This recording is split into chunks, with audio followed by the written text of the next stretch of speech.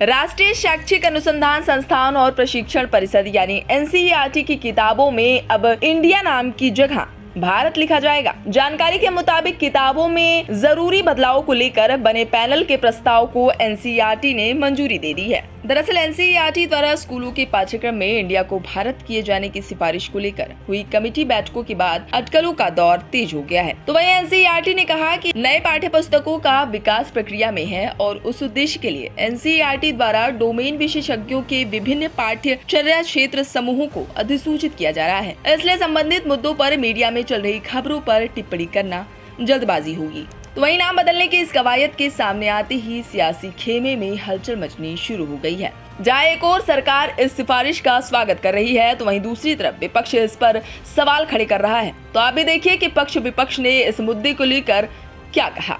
देखिए, एक राजनीतिक निर्णय है, क्योंकि इस देश के लगभग सभी प्रमुख राजनीतिक दल जो देशभक्त है, एक साथ आकर एक इंडिया गठबंधन बनाया।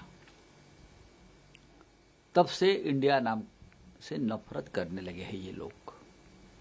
नहीं तो कल तक इंडिया का नाम से डंका बज रहा था पूरे विश्व में। हाँ, सभी योजनाएं इंडिया नाम से चल रही थी, तब भारत की याद नहीं आ गई। लेकिन जब से हमने इंडिया गठबंधन बनाया तो उनको इंडिया से घृणा होने लगी। भारत से भी दिक्कत नहीं है, हमें इंडिया से भी दिक्कत नहीं है। हम आपको बता रहे हैं कि प्रधानमंत्री मोदी को इंडिया से दिक्कत क्यों हो गई है, और वो सिर्फ इंडिया गठबंधन बनने के बाद हुई है। आपको लगता है कि भारत बच्चों को बताया जाना चाहिए, रिकमेंडेशन सही है? आप हमारे संविधान में भारत और इंडिया दोनों यूज किया जाता है और दोनों ही यूज किया जाना चाहिए। मतलब भारत कहीं, मतलब भारत जहाँ पे यूज किया जाए, इंडिया भी रहे, आप ये कह रहे हैं? दोनों रहे, क्योंकि हमारा संविधान इसकी परमिशन देता है। पर मैं आपको यही बता रही हूँ कि क्यों इंडिया शब्द से प्रधानमंत्री मोदी को अचानक इतनी दिक्कत हो रही है। ये उनका डर साफ दर्शाता है और कुछ नहीं। मेरी तो समझ में नहीं आ रहा, इतिहास में के तथ्यों के साथ खिलवाड़ कर रहे हैं।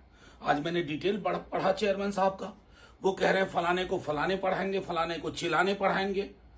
इसका मतलब है कि काउंटर फैक्चुअल इमेजिनेशन पर हिस्ट्री लिखी जाएगी, तथ्यों के साथ खिलवाड़ होगा और देश के नाम के साथ भी खिलवाड़ करेंगे। यानी कहीं ना कहीं मंशा है ना कि अल्टीमेट अटैक इस पे होगा। लेकिन आपको एक बात बताऊं, जिस इंडिया गठबंधन से आप परेशान दिख रहे हैं, हिस्टोरिकल रिएक्शन दिखा रहे हैं, अगर उस गठबंधन ने अपना नाम भारत कर लिया, फिर क्या करेंगे? कोई नया नाम, आर्यावर्त, जम्बू द्वीप वगैरह वगैरह। एक गांभीर्य होनी चाहिए, उस गंभीरता का, उस ईमानदारी का घोर अभाव है और इसलिए कोई भी चीज सुरक्षित नहीं है। अगर कोई चीज अच्छी हो रही है तो उसमें किसी को विरोध करने की आवश्यकता तो नहीं होनी चाहिए। अब विरोध के लिए तो कुछ तो लोग कहेंगे, लोगों का काम है कहना। विपक्ष से हमेशा जब भी पॉजिटिव काम होता है तो उसमें कुछ ना कुछ अड़ंगे लगाते रहता है। वो कोई दिक्कत की बात नहीं है, इसीलिए वो हमेशा नीचे को जा रहे हैं।